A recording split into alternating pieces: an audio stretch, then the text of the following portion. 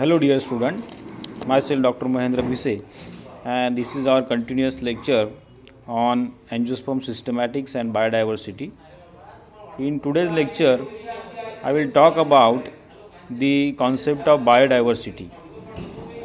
See friends, in the biodiversity means the variation among the living organisms. So all type of living organisms, they shows their variation, their morphological characters, or you can say the size, shape, height, or even other morphological characters are variable among the various stages. These are variable at the species level, these are variable at the genus level, even their genetic level, or even their morphological appearance. So these difference we generally called as the diversity. Diversity म्हणजे काय, किंवा मराठीमध्ये आपण या बायोडायव्हर्सिटीला जैवविविधता असं म्हटलं जातं. जैवविविधता म्हणजे काय की जेवढे काही जैविक म्हणा किंवा जेवढे काही लिव्हिंग ऑर्गॅनिझम आहेत, बरोबर, या सगळ्या काही लिव्हिंग ऑर्गॅनिझममध्ये असणारी डायव्हर्सिटी ही या ठिकाणी बायोडायव्हर्सिटी म्हणून ओळखली जाते. आणि ही या कॉन्सेप्टबद्दल आपण आजच्या या लेक्चरमध्ये पाहणार आहोत. सुरुवातीला कॉन्सेप्ट ऑफ बायोडायव्हर्सिटी जी आहे त्यामध्ये biodiversity this word which is contraction of biological diversity specifically used for biological organism. Biodiversity हा जो काही शब्द आहे हा बायोलॉजिकल ऑर्गॅनिझममध्ये असणाऱ्या जे काही व्हेरिएशन आहे, व्हेरिएबिलिटी आहे, वेगळ्या प्रकारची डायव्हर्सिटी आहे, याच्यासाठी वापरला जातो. So diversity is a concept which refer to a range of variation or differences among some set of entities. See, in the definition of diversity, you can observe these concepts which refer for the range of variation or difference among some set of entities, or you can say biological diversity. So it refers to variety within the living world. Okay, जेवढे काही living world आहे, जेवढे काही जीवाणू आहेत म्हणा किंवा जेवढे काही आपण सजीव असं म्हणतो, या सजीवांमध्ये जे काही व्हरायटी आपल्याला पाहायला मिळते, डायव्हर्सिटी पाहायला मिळते, याला म्हणणार आपण biodiversity. So this term biodiversity is indeed commonly used to describe the number, variety and variability of living organism. So these very broad uses embracing many different parameters is essential, or it is essentially a synonym of life on the earth. So in previous science it was known as all the organisms which are exist on the living world, they are known as the biodiversity. किंवा याप्रमाणे ही concept उदयाला आली. आणि मग या सर्व काही सजीव प्राण्यांमध्ये, सजीव ऑर्गॅनिझममध्ये, सजीवांमध्ये जे काही व्हेरिएशन आपल्याला पाहायला मिळतं, व्हरायटी आपल्याला त्याच्यामध्ये पाहायला मिळते, या सगळ्याचा अभ्यास या बायोडायव्हर्सिटीमध्ये केला जातो. आणि आता सायन्समध्ये बायोडायव्हर्सिटी आणि या बायोडायव्हर्सिटीचं कॉन्झर्वेशन कसं करता येईल, त्याचबरोबर बायोडायव्हर्सिटीचा स्टडी कसा केला जातो, यावरती आता जास्त करून फोकस किंवा त्याला वेटेज दिलं जातं. So it is a emerging science, this biodiversity which has a great importance.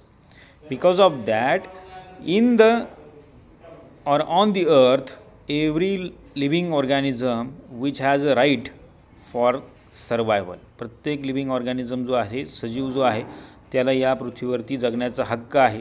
मग तो अगदी लहानसा एखादा मायक्रोब्स असेल, व्हायरसेस असतील, बॅक्टेरिया असेल, फंजाय किंवा इवन काही मायक्रो प्लांट्स म्हणा, किंवा मग हायर प्लांट असतील, ऑर्गॅनिझम असतील, त्यापैकी ॲनिमल्स असतील, या सर्वांना प्रत्येकाला या लिव्हिंग सिस्टीममध्ये लाईव्ह राहण्याचा किंवा जगण्याचा हक्क म्हणा हा आपल्याला पाहायला मिळतो, किंवा तो त्या एन्व्हायरमेंटच्या दृष्टीनं महत्त्वाचा आहे.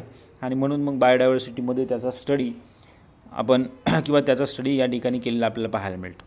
So in the management of biodiversity, it requires measurements, and measures of diversity only become possible when a quantitative value can be described to them, and these values can be compared.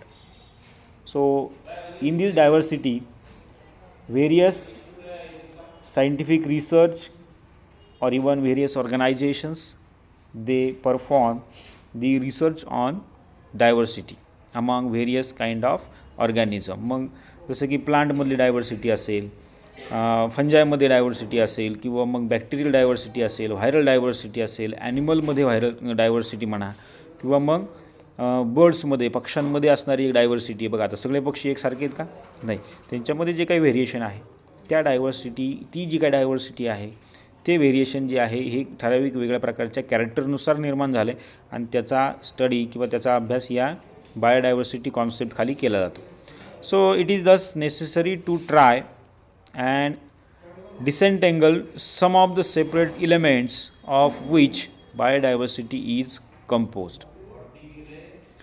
So it has become widespread practice to define biodiversity in terms of genes, species and ecosystem. आता ज्या वेळेला बायोडायव्हर्सिटीचा ज्या वेळेला study केला जातो, तर ती जी काही बायोडायव्हर्सिटी आहे आपल्याला ही 3 लेवलवरती डायव्हर्सिटी जनरली जी आहे ती स्टडी केली जाते किंवा मानली जाते.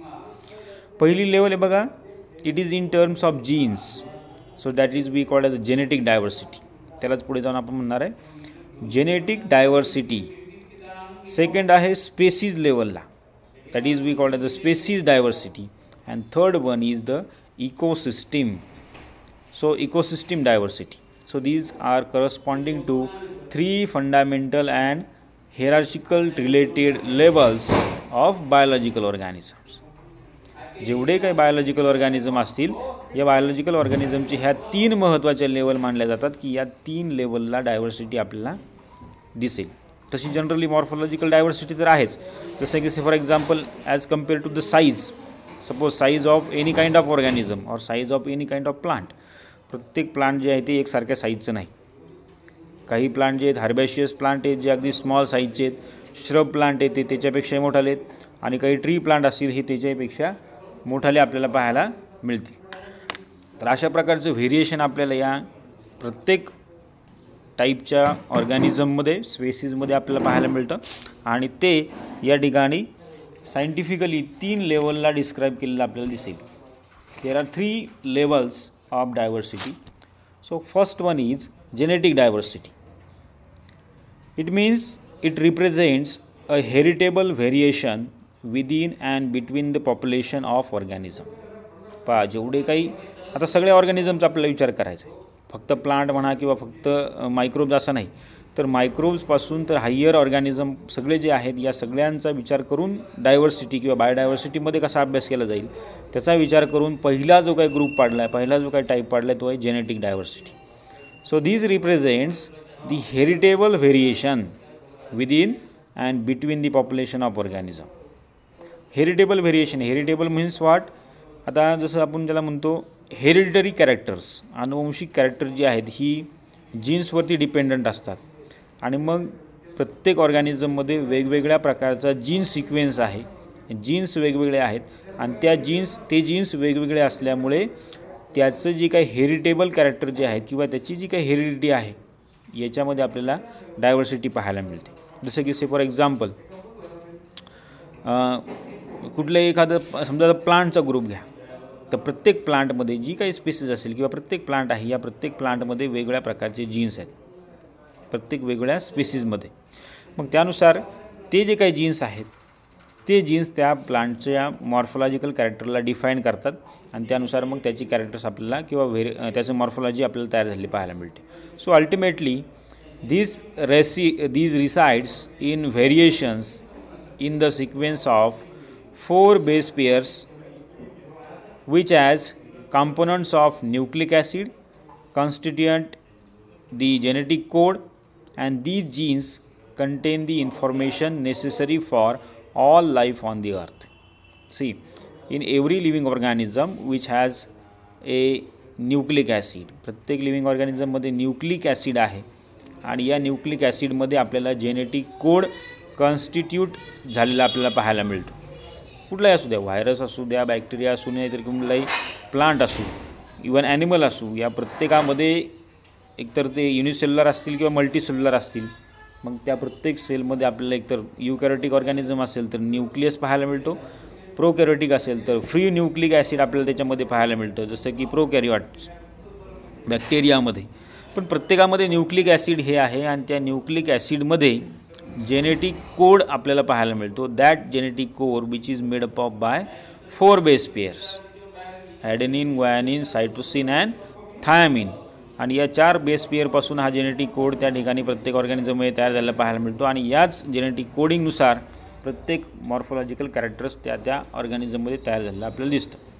So these genes they contain information necessary for all life on the अर्थ and they R passed on from their parents to the offspring. So it means simply hereditary characters. So they contain the information that builds and maintains cells and determines the essential physical as well as biochemical characteristic of each organism. So these information which is present in the genetic code, it developed or it built the essential physical as well as biochemical characteristic of any kind of organism. म्हणजे से for example बघा, साधं सोपं लक्षात घ्या. सोयाबीनचं झाड आहे तुमच्या शेतामध्ये, सोयाबीनच्या झाडाला ज्या काही शेंगा येतील, जे काही बी येईल, सोयाबीन तयार होईल, त्या सोयाबीनच्या बीपासून पुन्हा सोयाबीनचंच प्लांट तयार होणार आहे, बरोबर. तुरीचं प्लांट तयार होणार नाही. साधं सोपं आहे. किंवा कुठलाही ऑर्गॅनिझम असू दे, त्यापासून त्याच प्रकारचं ऑर्गॅनिझम समोर आपल्याला तयार झालेला पाहायला मिळतो. आणि मग ते जे काही ट्रान्सफरेबल जे काही कॅरेक्टर आहेत, ही कॅरेक्टर कशाच्या स्वरूपात ट्रान्सफर होतात, तर जीन्सच्या स्वरूपात किंवा DNA च्या स्वरूपामध्ये. ओके. आणि अगदीच मायक्रो लेवलला अगदी मुळात जर विचार केला तर विच हॅज 4 बेस पेअर्स आणि त्याचा एक सिक्वेन्स किंवा त्याचा एक कोड आपल्याला पाहायला मिळतो. So this genetic diversity refers to the variety of genes within a species. Genetic डायव्हर्सिटीची डेफिनेशन जर करायची म्हटली तर याप्रमाणे करता येईल पहा. Genetic diversity refers to the variety of genes within a species. एका सिंगल स्पेसीजमध्ये जीनची जी काय व्हरायटी जी आहे किंवा व्हेरिएशन जी आपल्याला जीन्समध्ये पाहायला मिळतं त्याला म्हणणार आपण genetic diversity. So each species which is made up of individuals that have their own particular genetic composition. प्रत्येक स्पेसीज जी काही या पृथ्वीवरती आपल्याला पाहायला मिळते त्या प्रत्येक स्पेसीजचा इंडिव्हिज्युअल, त्या प्रत्येक इंडिव्हिज्युअलमध्ये त्याचं एक स्पेसिफिक जेनेटिक कंपोजिशन आपल्याला पाहायला मिळेल genetic level. In last within a species there may also be discrete populations with distinctive genes. So एका स्पेसीजमध्ये सुद्धा पहा एक टाईपचे जे काही स्पेसीज, जसं की we are human beings, homo sapien, आपण एकाच स्पेसीजचे आहोत सगळं काही माणसं, पण तरीसुद्धा आपल्या पुन्हा याच्यामध्ये काही जेनेटिक व्हेरिएशन आपल्याला पाहायला मिळतं. आणि त्या जेनेटिक व्हेरिएशनमुळे मग इंडियन ह्युमन बिंग असेल, चायनीज असेल किंवा रशियन असेल, अमेरिकन असेल, या सगळ्यांच्या मध्ये आपल्याला एक मॉर्फोलॉजिकल व्हेरिएशन पाहायला मिळतं, वर्णभेद पाहायला मिळतो, आहे की नाही. आणि त्यानुसार व्हेरिएशन आपल्याला हे जेनेटिक लेवलचं व्हेरिएशन आपल्याला या डायव्हर्सिटीमध्ये पाहायला मिळेल. Then to conserve this genetic diversity within a species different populations must be conserve. वेगवेगळ्या प्रकारचे जे काही पॉप्युलेशन्स आहेत हे पॉप्युलेशन्स त्या ठिकाणी कन्झर्व राहणं आवश्यक आहे. And these will protects the genetic diversity that allows for adaptability to environmental changes and therefore the vital to species survival. So for simply to protect or to conserve this genetic diversity, आता ही एखाद्या समजा दुर्मिळ एखादी species असेल आणि त्या दुर्मिळ स्पेसीजची जर काही जीन्स जर का आपल्याला कन्झर्व करायचे असतील तर याप्रमाणे आपल्याला त्याची जेनेटिक डायव्हर्सिटी कन्झर्व करणं आवश्यक आहे. सो इट विल अलो फॉर ॲडॅप्टेबिलिटी टू एन्व्हायरमेंटल चेंजेस. आता बघा, जसं की ह्युमन बीइंग्स, तुम्ही सर्वांना माहिती आहे की ह्युमन बीइंग्समध्ये सुद्धा जसे एन्व्हायरमेंटल चेंजेस होत गेले तसे त्याप्रमाणे ह्युमन बीइंग्सच्या मॉर्फॉलॉजीमध्ये सुद्धा चेंजेस झाले आपल्याला पाहायला मिळतात. ह्युमन बीइंगचं इव्हॉल्युशन जर तुम्ही पाहिलं तर त्याच्यामध्ये सुरुवातीला अगदी मंकीपासून म्हणा किंवा त्या प्रकारच्या ऑर्गॅनिझमपासून त्याची डेव्हलपमेंट सुरू झाली आणि फायनली आज रोजी आपल्याला ह्युमन बीइंग्स जे आहेत हे बरेचसे त्याच्यामध्ये व्हेरिएशन झालेले आपल्याला पाहायला मिळतात. तर ही पहिली concept that is we called as genetic diversity. Diversity पहिल्यांदा या स्टेजला स्टडी केली जाते. नंतर सेकंड आहे that is species diversity. Second stage is called as species diversity. So in this perhaps because the living world is most widely considered in terms of species. बघा, या सर्व काही वर्ल्डमध्ये आपल्याला वेगवेगळ्या स्पेसीज आपल्याला पाहायला मिळतात. मग प्लांटमध्ये पुन्हा भरपूर साऱ्या स्पेसीज आहेत, ॲनिमलमध्ये वेगवेगळ्या प्रकारच्या स्पेसीज आहेत, मायक्रोजमध्ये वेगवेगळ्या प्रकारच्या स्पेसीज आहेत. तर these living world which is mostly considered in terms of species and biodiversity is very commonly used as a synonym of species diversity. Species diversity actually he visible आपल्याला पाहायला मिळते. व्हिजिबल म्हणजे काय की वेगवेगळ्या प्रकारच्या स्पेसीज, जसं की फॉर एक्झाम्पल एकच सिंगल जीनस आहे. प्लांटचं उदाहरण घ्या, एखादा एक सिंगल जीनस आहे आणि त्या जीनसच्या आपल्याला 4 म्हणा 5 म्हणा 10 अशा वेगवेगळ्या प्रकारच्या स्पेसीज वेगवेगळ्या प्रकारच्या प्लांटच्या पाहायला मिळतात आणि त्यानुसार मग त्या प्रत्येक प्लांटमध्ये त्या प्रकारची कॅरेक्टर्स डेव्हलप झालेली दिसतात आणि त्या कॅरेक्टरनुसार ते प्रत्येक स्पेसीजचं प्लांट हे एकमेकापासून व्हेरिएबल आपल्याला पाहायला मिळतं. So in particular of species richness which is the number of species in a site or habitat. So discussion of global biodiversity is typically presented in terms of global numbers of species in different taxonomic group. So in presently which is estimated that 1.8 million species they have been described up to the date. 1.8 million species जे आहेत ह्या वेगवेगळ्या याच्यातल्या मग अगदी मायक्रोजपासून तर higher ऑर्गॅनिझमपर्यंतच्या आजपर्यंत ह्या describe केलेल्या आपल्याला पाहायला मिळतात आणि या 1.8 मिलियन स्पेसीजमध्ये आपल्याला पूर्णपणे व्हेरिएशन पाहायला मिळतं, डायव्हर्सिटी पाहायला मिळते. So scientists have estimated for the total number of species existing on Earth at present, they vary from 5 millions to nearly 100 millions, and conservative working estimate suggest there might be around 12.5 millions in terms of species numbers alone. Life on Earth appears to consist essentially of insect and microorganism. साधारणतः एक लक्षात घ्या फक्त, एवढ्या मोठ्या प्रमाणामध्ये species या living वर्ल्डवरती अस्तित्वात आहेत. मग या ज्या काही स्पेसीज आहेत या स्पेसीजमध्ये जी काही व्हेरिएशन आपल्याला पाहायला मिळतं त्याला म्हणायचं स्पेसीज डायव्हर्सिटी. ओके. त्यानंतर तिसरी कॉन्सेप्ट आहे बघा, किंवा तिसरी स्टेज किंवा तिसरा टाईप जो आहे बायोडायव्हर्सिटीचा स्टडी करण्याचा तो आहे तिसरी level, ecosystem diversity. So the quantitative assessment of diversity at the ecosystem, habitat or community level remains problematic. So quantitative assessment of diversity, any kind of diversity at their ecosystem or their habitat or community या लेवलवरती त्याची assessment करणं शक्य नाही. So it is possible to define what is in principle meant by genetic and species diversity.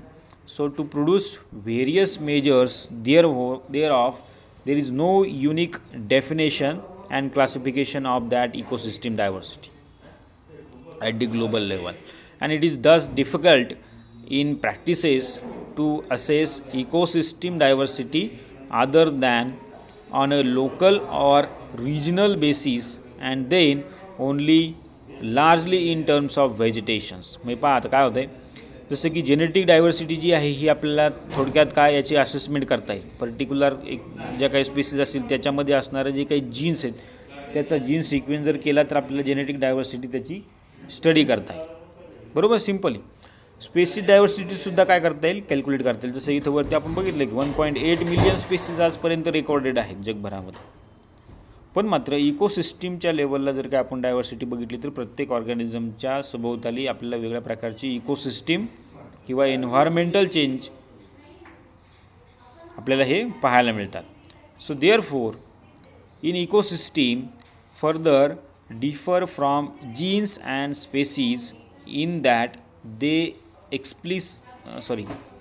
Explicitly include abiotic components. पहा आता ecosystem डायव्हर्सिटीमध्ये फक्त living organism येतील का, नाही. त्या लिव्हिंग ऑर्गॅनिझमला आवश्यक असणारे जे काही अबायोटिक कंपोनंट्स आहेत, नॉन लिव्हिंग कंपोनंट्स, मग त्याच्यामध्ये सॉईल असेल, वॉटर असेल, ॲटमॉस्फेरिक कंपोनंट्स असतील, न्यूट्रियंट आले. So they being a partly determined by the soil parent material and even their climate. एवढ्या सगळ्या गोष्टीचा या ठिकाणी इकोसिस्टीम डायव्हर्सिटीमध्ये विचार केला जातो. So this one is the third type of ecosystem diversity. In next concept here we will observe the importance of that biodiversity. मग आता ह्या बायोडायव्हर्सिटीचा काय इम्पॉर्टन्स आहे, याला का स्टडी करायचं हे आपल्याला या ठिकाणी पाहायचं. Firstly the biodiversity which has importance for several reasons. It provides economic benefits, it protect human health, even safety, and it offers recreational or aesthetic enjoyment. पहा, एन्व्हायरमेंटचा विचार करा थोडक्यात. एन्व्हायरमेंटमध्ये सगळ्याच गोष्टी आल्या. मग या एन्व्हायरमेंटमध्येच असणाऱ्या काही गोष्टी ज्या आहेत यापैकी बऱ्याचशा काही इकॉनॉमिकली इम्पॉर्टंट स्पेसीज आहेत. मग याच्यामध्ये जसं की फॉर एक्झाम्पल प्लांट्स असतील, म्हणजे अन्नधान्य आपण त्या प्लांट्सपासूनच मिळवतो. त्याचबरोबर वस्त्र म्हणा किंवा मग फायबर इल्डिंग प्लांट्स असतील, they are economically importance, right. Even medicinal plants, spices और अदर डाईज, पेंट्स, वेगळ्या प्रकारे प्लांटचं ज्या ज्या ठिकाणी युटिलाइज केलं जातं त्या ठिकाणीही ते प्लांट जे आहे ते इकॉनॉमिकली इम्पॉर्टंट आहेत. आता फक्त प्लांटच नाही, इतर ऑर्गॅनिझम जसं की मायक्रोब्स आहेत. मायक्रोब्सपासून वेगळ्या प्रकारचे अँटीबायोटिक तयार केले जातात, वॅक्सिन्स तयार केले जातात. तर these are also known as a important economic important species. यासोबतच काही जसे की ॲनिमल्स असतील, right. So these are all are the economically important. Then they protect human health and safety. So they offers recreational or aesthetic enjoyments. आता ही जी काही वेगळ्या प्रकारची बायोडायव्हर्सिटी आहे, मग याच्यामध्ये जसं बघा आपण मागच्या लास्ट लेक्चरला आपण पाहिलं होतं की that is botanical garden. Botanical गार्डनमध्ये वेगवेगळ्या रंगाचे वेगळ्या टाईपचे स्पेसीजचे प्लांट्स त्या ठिकाणी प्लांट केले जातात आणि त्यानुसार मग एक ॲस्थेटिक एन्जॉयमेंट, रिक्रिएशनल व्हॅल्यू त्या ठिकाणी आपल्याला पाहायला मिळते. आता जसं की आज रोजी कास पठार आहे, तुम्ही ऐकलं असेल ना. कास पठार जे आहेत त्या ठिकाणी विविध रंगाचे फ्लावर्स त्या पठारावरती आलेले आपल्याला पाहायला मिळतात. And they create recreational as well as aesthetic enjoyment. So every living things which has a place in what we called the balance of nature. प्रत्येक लिव्हिंग ऑर्गॅनिझम या जगामध्ये वर्ल्डमध्ये असणं आवश्यक आहे, कारण की त्याच्यामुळेच एक प्रकारचा बॅलन्स या ठिकाणी मेंटेन केला जातो. मग तो मायक्रो ऑर्गॅनिझम असू द्यात किंवा मग प्लांट असू द्यात, ॲनिमल असू द्यात, इवन कार्निव्हरस असू द्यात, कुठलाही. So upsetting that balance, they can have untold effects from which more often than not we are the losers. So without these different kind of diversity or organisms, there is not often that not we are the losers. Let's see one by one what is the importance of biodiversity. First one is the biodiversity provides our living bank balance. पहा, biodiversity आहे, वेगवेगळ्या प्रकारची विविधता आपल्याला या निसर्गामध्ये पाहायला मिळते आणि त्यामुळेच आपल्याला एक प्रकारचा बॅलन्स या एन्व्हायरमेंटमध्ये टिकलेला आपल्याला पाहायला मिळतो. जसं की आता पहा, आपण आपल्यासारखे जे काही ॲनिमल आहेत याला ऑक्सिजन लागते. मग आता हा ऑक्सिजन कुठून ना कुठून तयार व्हायला पाहिजे की नाही एन्व्हायरमेंटमध्ये, तर तो प्लांटमधून फोटोसिंथेसिस या रिॲक्शनमधून तयार होत असतात, बरोबर. तर अशा प्रकारे एकमेकावरती डिपेंडंट सर्व काही गोष्टी आपल्या या बायोडायव्हर्सिटीमध्ये पाहायला मिळतात. So biodiversity is a necessity, not a luxury. So although we may not readily appreciate it, but biodiversity provides us with many of the things that sustain our lives. Plants, animals, and microorganisms, they supply humans with a multitude of free ecological services, such as the generating soil, controlling pest, balancing atmospheric gases, or many other biological processes. These processes are vital to our existence, and for the health of the planet they are important. So for these reasons it is essential for our well-being that we protect biodiversity, the variations in species, their lives and their habitats, because biodiversity is necessary for sustaining life and our standards of living. So this is important. Biodiversity provides our lives bank balance. Second one is biodiversity is important because of its economic significance. Economic significance आपल्याला या बायोडायव्हर्सिटीचा पाहायला मिळतो. जसं की मागे सांगितलं की एन्व्हायरमेंटमध्ये वेगवेगळे ज्या काही गोष्टी आहेत, मग त्या ठिकाणी प्लांट असेल, मायक्रोब्स असतील किंवा इतर काही ॲनिमल्स असतील, त्या ज्या आहेत ते इकॉनॉमिकली इम्पॉर्टंट आहेत. मेडिसिनल प्लांट आहेत, स्पायसेस आहेत. सो ऑल फार्म क्रॉप्स, बघा आता शेती केली जाते तुम्ही, तर शेतीमध्ये जेवढे काही क्रॉप घेतले जातात हे इकॉनॉमिकली इम्पॉर्टंट आहे, बरोबर.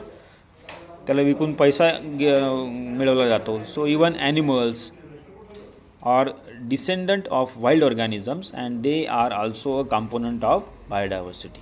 So some old crop varieties they have more taste or disease resistance, and they are used for formation of hybrid varieties. Even the fruit, then the pollinators, flies, honeybees, insect, we also taken a food from the wild material like the different kind of organism like fishermen with their nets and rods. They are simply harvesting the natural biodiversity of the ocean or reverse. Fisherman, fishes जे आहेत ते naturally ते harvest करतात natural बायोडायव्हर्सिटीमधून, आणि त्यानुसार मग त्याची economy आपल्याला पाहायला मिळते. So that is the economical importance. Third one is biodiversity is an important part of sustainable development. Okay, it is important for the sustainable development. म्हणजे कसं, जसं की आजच्या घडीला बघा, the growth of the biodiversity does not derive the quality of life of future generations. So therefore the sustainable development is regarded as a major target for industry and planning system, and measuring biodiversity is the only way to be sure that this target is being achieved. So simply, for maintain the sustainable nature in the nature or even in the environment, we have a greater selections. म्हणजे जसं की for example आता आपल्याला अन्नधान्य खायला लागते, पण मग फक्त या जगामध्ये फक्त गहू जर असता, व्हीट, तर त्या ठिकाणी त्याची फार मोठ्या प्रमाणामध्ये डिमांड असते. पण त्याला पर्याय म्हणून इतर सध्या बाकीच्या सुद्धा गोष्टी आपल्याला या ठिकाणी पाहायला मिळतील. मग गहू नाही तर ज्वारी आहे, बाजरी आहे, किंवा इतर बाकीचे काही कडधान्य आहेत, है ना, तांदूळ असेल, तर ह्या त्याला ऑप्शनल गोष्टी आहेत. आणि त्यामुळे मग या वेगवेगळ्या प्रकारच्या व्हेरिएशनमुळे आपल्याला या बायोडायव्हर्सिटीमध्ये सस्टेनेबल डेव्हलपमेंट पाहायला मिळते. त्यानंतर नेक्स्ट आहे biodiversity is important as a provider of natural services. See in the natural world it provides many services. बघा, नेचरकडनं आपल्याला वेगवेगळ्या प्रकारच्या गोष्टी, वेगवेगळ्या प्रकारच्या सुखसुविधासुद्धा उपलब्ध होतात. जसं की फॉर एक्झाम्पल रिक्रिएशन, मगाशीच आपण म्हटलं रिक्रिएशन असेल, किंवा मग जो काही हेल्दीनेस आहे, बरोबर, हे या नेचरकडनंच प्रोव्हाइड केला जातो. So suppose in locking of carbon dioxide जो आहे तो फिक्स करून प्लांट फोटोसिंथेसिसमध्ये त्यापासून त्याचं अन्न तयार केलं जातं आणि प्लस ऑक्सिजन जो आहे तो रिलीज केला जातो. So one of the gases which produce from the burning of fossil fuels that cause global warming, but in teeny plant to a few of higher plants they absorb or consume this carbon dioxide and they recycled these carbon dioxide simply and they produce oxygen as well as they maintain the cool environment, right, for the transpiration or through the transpiration process. So therefore biodiversity is an important as a provider of natural services. Next one is biodiversity is important as a source of natural product. So although in the biodiversity you can observe various natural products are produced by naturally. They may be a plant, they may be microorganisms, or they may be any kind of animals or organisms, and they are utilized for the human health or even other productions, like say for example for the production of drugs or production of medicines. Okay, so many of the medicines are derived from the natural product like plants or medicinal plants. So these biodiversity components they provide as a source of natural product, right?